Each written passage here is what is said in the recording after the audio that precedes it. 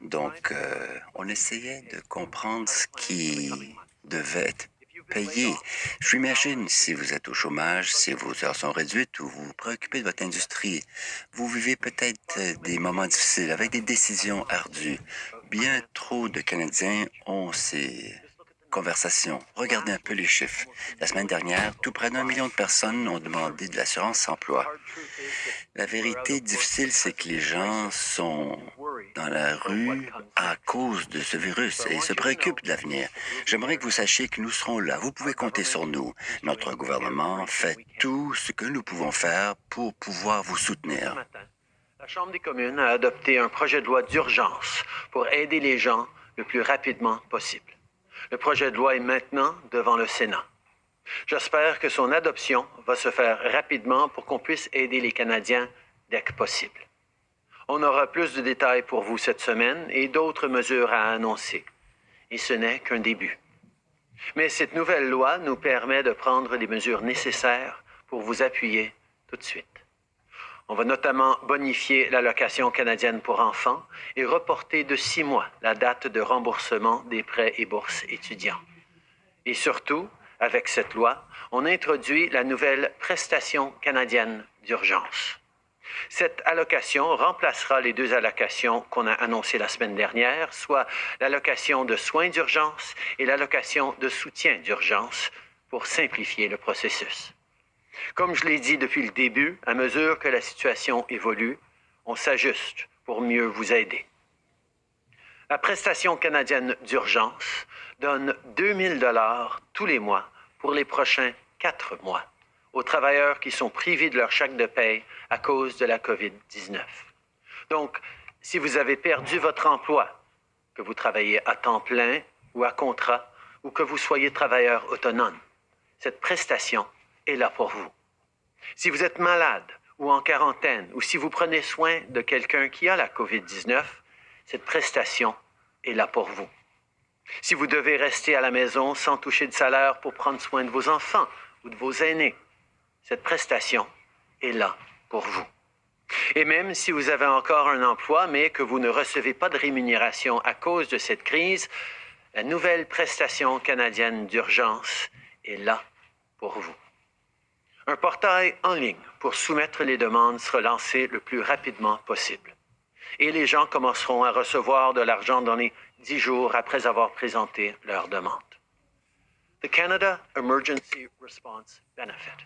La prestation canadienne d'urgence va offrir 2 000 $ par mois pour les prochains 4 mois pour des travailleurs et travailleuses qui perdent leurs revenus en lien avec la COVID-19. Cela va remplacer les 2 prestations que nous avions annoncées la semaine dernière, l'allocation canadienne pour soins d'urgence et l'allocation canadienne de soutien d'urgence. Comme je l'ai dit dès le début, nous allions adapter notre approche quand cela s'avérait nécessaire. Si vous avez perdu votre emploi en lien avec la COVID-19, que vous travaillez à temps plein, à contrat ou autonome, cette nouvelle prestation sera pour vous. Si vous êtes malade ou en quarantaine, si vous vous occupez de quelqu'un qui est malade ou à la maison, qui s'occupe des enfants, c'est là pour vous. Et si jamais vous êtes toujours employé mais ne recevez pas de revenus à cause de la crise, cette prestation canadienne d'urgence est là pour vous. Il y aura un portail en ligne qui va être lancé le plus rapidement possible et les gens devraient commencer à recevoir leur argent dans les 10 jours de la demande. Je sais que les gens sont préoccupés par les retards. Les familles se préoccupent de toutes ces attentes. C'est frustrant, c'est sûr. Les fonctionnaires travaillent jour et nuit pour essayer de combler ces demandes, tout en vivant les mêmes stress que chacun d'entre nous. Mais ils vont se rendre à votre demande. L'aide s'en vient. Afin d'accélérer les choses, nous sommes en train de déployer des travailleurs de d'autres ministères pour pouvoir accélérer le traitement des demandes. Nous avons augmenté tout près de 13 000 personnes pour apprendre à recevoir vos appels, traiter vos demandes et vous offrir le soutien dont vous avez besoin. Et depuis lundi dernier, nous avons déjà traité 143 000 demandes d'assurance-emploi. Ça veut dire qu'il y a plus d'argent qui va se rendre dans la poche des gens un peu partout au pays. Nous travaillons pour que vous puissiez obtenir le soutien dont vous avez besoin au moment où vous en avez besoin. Et si vous vous portez bien, vous pouvez aider quelqu'un d'autre, comme employeur par exemple, un propriétaire d'immeuble ou un ami. pour que vous puissiez faire partie de la solution. Cela peut faire toute la différence au monde. C'est qu'en travaillant ensemble que nous pourrons traverser cette épreuve. Et notre équipe le sait fort bien. Nous collaborons avec les provinces et les territoires, tout comme avec les Premières Nations, les Inuits et les Métis, pour coordonner nos efforts et nous assurer que chacun et chacune puisse obtenir le soutien nécessaire. Un peu plus tôt cette semaine, avec les premiers ministres, nous avons parlé du dépistage. Nous savons que l'attente pour les résultats peut varier beaucoup d'une province à l'autre. Donc, mes homologues et moi savons que nous devons régler cela et nous y travaillons. C'est quelque chose que Mme Haidou et moi avons discuté avec les fonctionnaires aujourd'hui, hier et depuis le début. On fait tout pour accélérer les résultats des tests de dépistage. J'aimerais aussi reconnaître le travail remarquable des professionnels de la santé. Selon le Dr Tam, nous avons maintenant rendu environ 10 000 personnes par jour qui se font dépister. C'est une augmentation énorme en très peu de temps.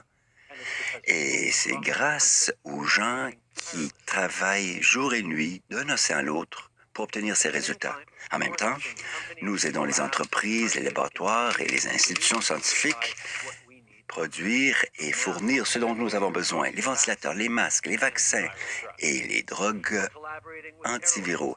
Nous collaborons avec les transporteurs aériens pour rapatrier nos ressortissants et nous donnons des instructions à tout un chacun qu'ils doivent s'isoler à la maison pour 14 jours après leur arrivée sur le sol canadien. Nous travaillons également avec nos partenaires internationaux à cet égard. Ce matin, par exemple, j'ai appelé le Dr Sall du Sénégal et le président Kagame du Rwanda afin de partager des stratégies pour assurer la sécurité et la santé des gens et aussi aborder l'économie et l'impact économique. J'ai parlé au président Abiy de l'Éthiopie et M. Kenyatta du Kenya sur la coordination internationale. Demain, je vais parler à d'autres leaders du G20 afin d'aborder une coordination mondiale plus affinée.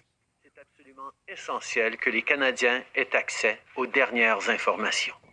Mais comme tout le monde, les médias ressentent eux aussi les conséquences du virus.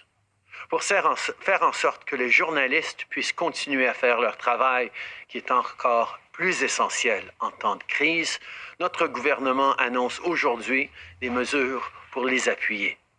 Le ministre Guilbeault donnera plus de détails tantôt, mais en attendant, je tiens à remercier tous les journalistes et nos médias canadiens qui gardent les Canadiens au courant des derniers développements avec des faits et des informations fiables. On apprécie énormément votre travail.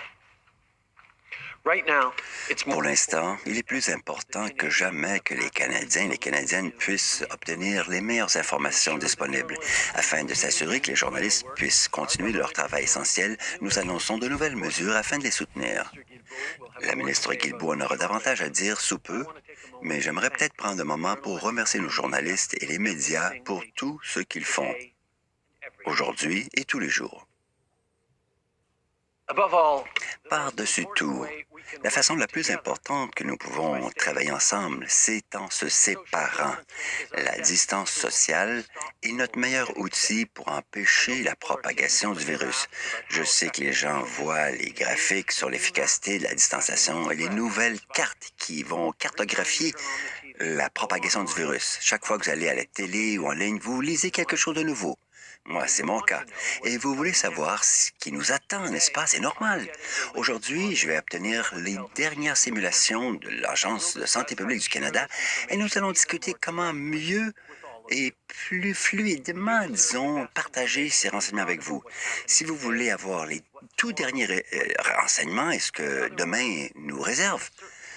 C'est important, sinon l'incertitude peut vous ronger et peut affecter non seulement votre routine, mais votre santé mentale. Nous faisons face à un défi qui vient une fois par génération. Et en plus, il y a beaucoup de choses qu'on ne peut pas faire pour alléger le fardeau de ce virus. Se rencontrer avec les amis, parler aux voisins. Si vous avez besoin d'aide, tendez la main à quelqu'un que vous connaissez, à un membre de votre fratrie, à de la parenté, mais faites-le de la maison. Ne sortez que si c'est vraiment nécessaire. Si vous suivez déjà ces règles, je vous remercie. Vraiment, vous faites votre part. Si vous ne le faites pas, sachez que votre choix met la vie des autres en danger. Le fait de nier ces règles, mais chacun d'entre nous, et cela vous inclut, mais chacun d'entre nous à risque. Si les gens refuse de suivre les recommandations, nos médecins et nos infirmières ont plus de chances de contracter la COVID-19. Et si nos professionnels de la santé tombent malades, ils ne peuvent pas aller travailler. Et donc, ils ne peuvent pas vous soigner si vous tombez malade. Notre pays fait face à la plus grande crise de santé publique de son histoire. Nous ne pouvons pas mettre à risque les gens qui nous gardent en santé. Et ceux qui s'obstinent à voir leurs amis ou à recevoir des gens à souper mettent tout le monde en danger. Les épiciers, les techniciens d'électricité, les chauffeurs d'autobus, les agriculteurs, les éboueurs méritent mieux que ça. On doit les protéger. C'est pas compliqué ce qu'on vous demande. Restez chez vous.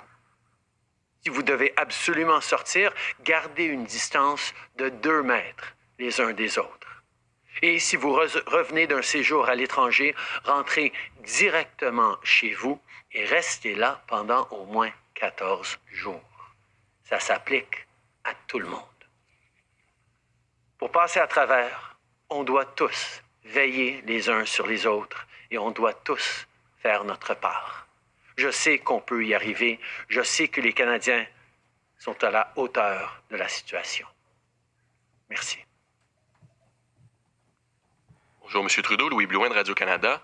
Je vous demanderais plus de clarté sur les échéanciers, si possible. Le 6 avril, c'est ce que M. Morneau dit, le déploiement de cette nouvelle prestation va entrer en vigueur. Pouvez-vous être précis? Qu'est-ce qui va arriver le 6 avril? Si on va mettre une plateforme en ligne, il arrive quoi là? Et selon ce scénario-là, ça veut dire qu'il y a des gens qui ne recevraient pas d'aide avant la mi-avril presque. Qu'est-ce que vous diriez aux gens qui ont besoin d'aide là, maintenant? D'abord, on est en train de travailler dans une situation sans précédent. On reconnaît la pression de devoir aider les gens le plus rapidement possible, mais on reconnaît aussi que c'est énormément de gens qu'il faut aider dans un très court délai et on a besoin de développer des systèmes rapides mais fiables pour pouvoir le faire. C'est ce sur quoi le gouvernement au complet est en train de travailler et effectivement, on espère pouvoir avoir ce système en place pour le 6 avril avec l'argent qui arriverait dans les jours qui suivraient. On espère que ce serait très rapide. On espère pouvoir prendre des enregistrements même bien avant le 6 avril, mais c'est ce sur quoi on est en train de travailler. Par rapport aux gens qui ont besoin d'aide, on reconnaît qu'il y a des gens qui font face à des difficultés maintenant, que des gens qui ont arrêté de travailler il y a presque 2 semaines vont avoir des chèques de paye qui devraient rentrer, qui ne vont pas rentrer. Alors, on va faire tout ce qu'on peut pour les aider avec l'accès au crédit, avec d'autres mesures nécessaires. On est en train d'écouter, d'être là les uns pour les autres, mais il va falloir qu'on travaille très fort, tout le monde, pour passer à travers. Nous reconnaissons que la situation est sans précédent, avec énormément de demandes formulées par les Canadiens pour obtenir de l'argent le plus rapidement possible. Il nous faut nous assurer que cet argent est acheminé rapidement, mais de façon fiable aussi. Et donc, c'est agir d'une manière qui est nouvelle pour le gouvernement et nous accélérons la cadence de notre travail. Il faut le faire d'une façon qui soit fiable et rapide. Et c'est pourquoi nous allons chercher des gens de tous les ministères pour nous aider. Nous espérons que dès le 6 avril, tout sera en place et que les dépôts directs ou les chèques pourront être envoyés ou déposés dans les jours après. Nous comprenons que ce n'est pas demain ou après-demain et qu'il y a des gens qui ont comme arrêté de travailler il y a déjà 1 semaine ou 1 semaine et demie et qui reçoivent leur dernier chèque de paie. Ils ne savent pas où et d'où viendra l'argent. Nous cherchons à offrir du crédit pour qu'ils puissent survivre pendant cette période d'attente jusqu'à l'arrivée de la prestation canadienne d'urgence. Mais nous nous efforçons vraiment de faire ça rapidement. Question.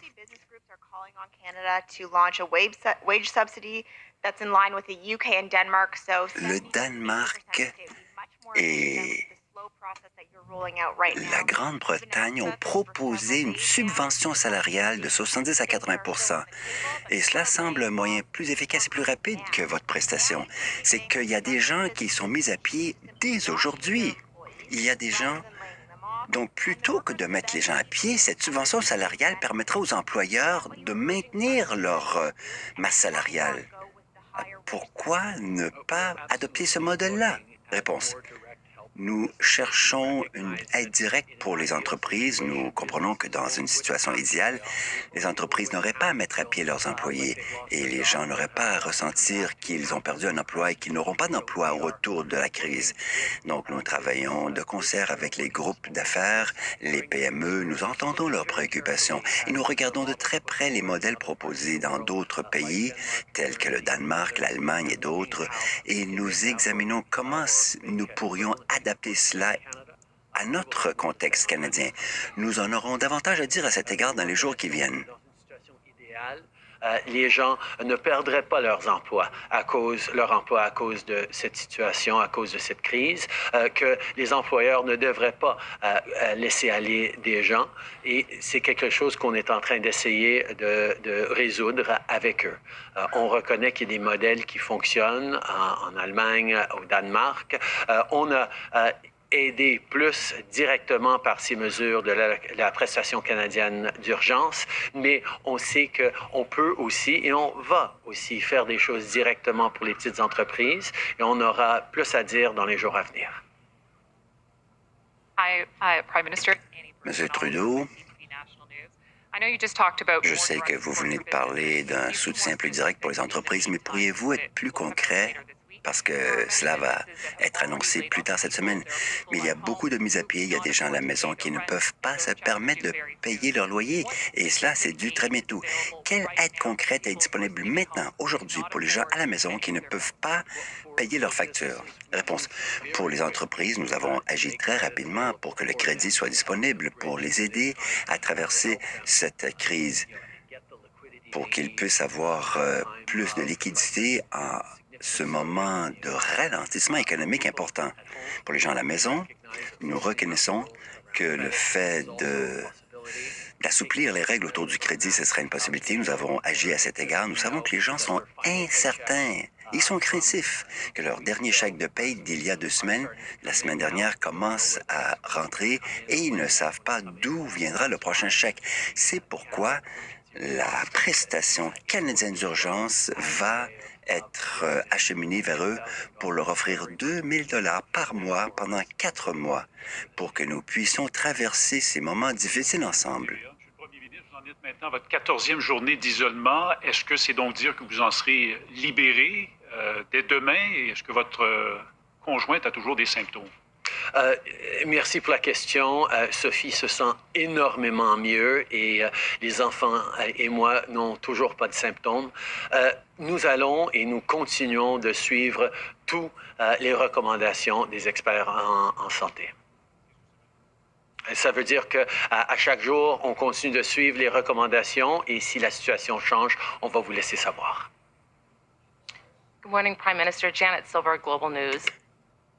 Monsieur Trudeau, avec plus d'1 million de Canadiens qui arrivent de l'étranger, surtout de moments ou d'endroits à risque comme New York ou l'Europe, pourquoi on se fie à ce système d'honneur et ne pas utiliser la loi sur la quarantaine pour les isoler, étant donné que certaines personnes ont été à bord d'avions avec des symptômes, tellement désespérés de rentrer à la maison? Réponse. Il est extrêmement important que chacune qui rentre au pays s'isole pendant 14 jours. C'est une mesure qui va assurer leur sécurité et empêcher une propagation ultérieure au Canada. C'est quelque chose que nous exigeons de chaque Canadien, de chaque Canadienne qui rentre au pays. Nous allons continuer de dire cela aux gens, nous allons continuer de le souligner, nous allons continuer de l'exiger de toute personne revenant au Canada, qu'ils passent immédiatement à l'isolement à la maison, afin de protéger tout un chacun. Question inaudible. Réponse. Il est exigé que les gens restent à la maison pendant 14 jours. C'est cela. Question. Monsieur Trudeau, nous avons cru comprendre que des Canadiens malades cachent leur maladie pour ne pas être refusés le retour. Pourquoi on n'a pas de dépistage thermique géré par nous au départ des pays étrangers? Et est-ce qu'on ne devrait pas avoir des sanctions quand les gens masquent leurs symptômes? Réponse. Écoutez, nous essayons de demander aux gens de respecter l'exigence de s'auto-isoler. Nous savons que différents pays utilisent différentes technologies. Nous allons continuer de voir comment est la meilleure façon d'assurer la sécurité des Canadiens. On a beaucoup parlé du dépistage thermique et de faire des points de contrôle. Ce qu'on a appris avec le SRAS, c'est que ce n'est pas aussi efficace, qu'on le croit, et que cela peut donner une fausse impression d'assurance. Voilà ce que nous disent les experts.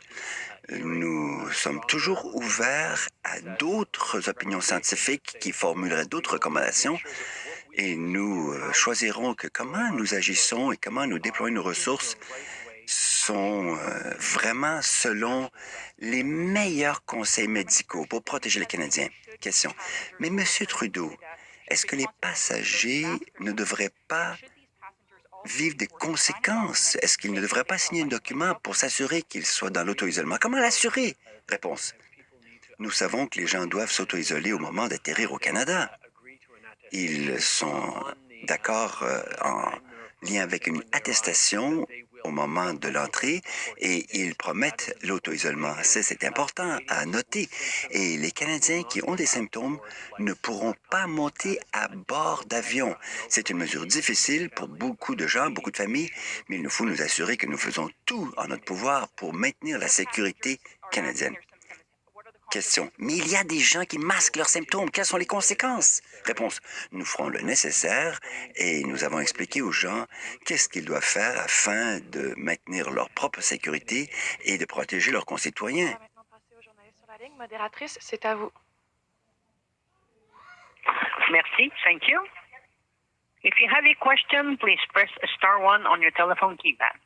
Si vous avez une question, s'il vous plaît, appuyez sur étoile 1 maintenant. The first question is from Lavon Savance from Radio-Canada International. Please go ahead. Votre ligne est ouverte. Hello, Prime Minister. Monsieur Trudeau, When you came to power, you announced that quand vous avez pris le pouvoir, vous avez annoncé que le Canada était retour, que les Nations unies demandaient 2 milliards de fonds d'urgence pour la gestion de la COVID. Est-ce que votre gouvernement est prêt à contribuer et est-ce que le Canada sent to countries that are very hard hit and cannot buy this equipment on the market? Question pas totalement claire. Réponse. Dans notre réaction d'1 milliard annoncée la semaine dernière en lien avec la COVID-19, nous avions déjà mis de côté de l'argent pour les efforts internationaux. Bien sûr, nous allons travailler avec les Nations unies et des partenaires internationaux quand il est question de soutien financier pour s'assurer que nous puissions réagir à cette situation pandémique mondiale avec des ressources mondiales.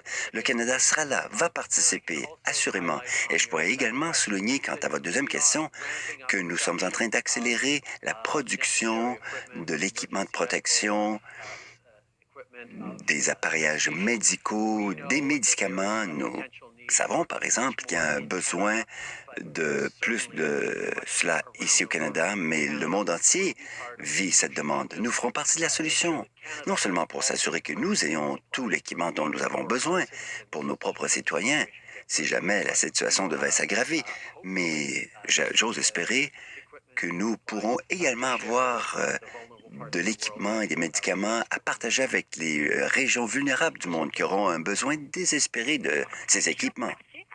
Prochaine question. François Carabin, du journal Métro. Please go ahead. Your line is now open. La parole est à vous. Bonjour, M. Trudeau. François Carabin, du journal Métro à Montréal. On a mentionné hier au gouvernement du Québec qu'on aurait encore quelques semaines là, avec, par exemple, des masques, des écouvillons, donc du matériel médical pour soigner les gens atteints de la COVID-19. Par contre, sur le terrain, l'écho est un peu différent. Il y a des infirmières qui craignent de ne pas avoir assez de matériel médical. Je me demandais ce que vous pourriez garantir aux provinces en termes de, afin de fournir le matériel médical nécessaires pour soigner tous les patients. Merci pour la question. C'est quelque chose dont on a discuté assez longuement sur mon appel avec tous les premiers ministres. On reconnaît que les besoins sont différents à différents moments à travers le pays. Nous allons faire ce qui est nécessaire pour pouvoir s'assurer que chaque endroit ait l'équipement nécessaire pour répondre aux besoins à l'instant auxquels ils font face. On a des produits, de l'équipement à travers le pays qu'on peut essayer de partager, mais il va falloir qu'on continue à faire les efforts qu'on est en train de faire pour augmenter le nombre, le montant d'équipements et de produits essentiels que nous avons. Et c'est exactement ce qu'on est en train de faire. Mais plus de coordination entre les provinces, entre les différentes juridictions, va s'assurer qu'on puisse répondre aux besoins des Canadiens où qu'ils soient dans le pays. Merci beaucoup. Dernière question. Thank you. Merci. The next question is from Justin Ling from Freelance. Please go ahead. Your line is now open. Votre ligne est ouverte. Bonjour, M. Trudeau. La semaine dernière, je vous ai posé la question sur la possibilité de réduire la population incarcérée pour combattre la propagation. Depuis lors, j'ai entendu parler des gardiens de prison et des prisonniers qu'il n'y a pas assez de savon, que les conditions sanitaires sont vraiment horribles et que les gardiens de prison rentrent de l'étranger et retournent tout de suite au travail. Qu'allez-vous faire pour réduire les risques dans les prisons fédérales? Et est-ce qu'il y a une possibilité de libérer des contrevenants non violents? Réponse. Nous comprenons que la population carcérale vit un taux de risque plus élevé de propager la COVID-19.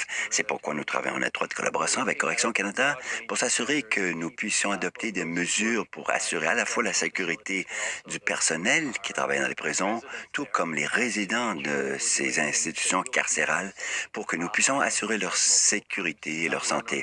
J'ai dit à plusieurs reprises que tout est sur la table. Nous n'excluons aucune option et tous les scénarios sont étudiés. Et nous allons continuer nos discussions avec Corrections Canada pour étudier les options et voir comment nous pouvons assurer la sécurité des gens, quelle que soit leur institution carcérale.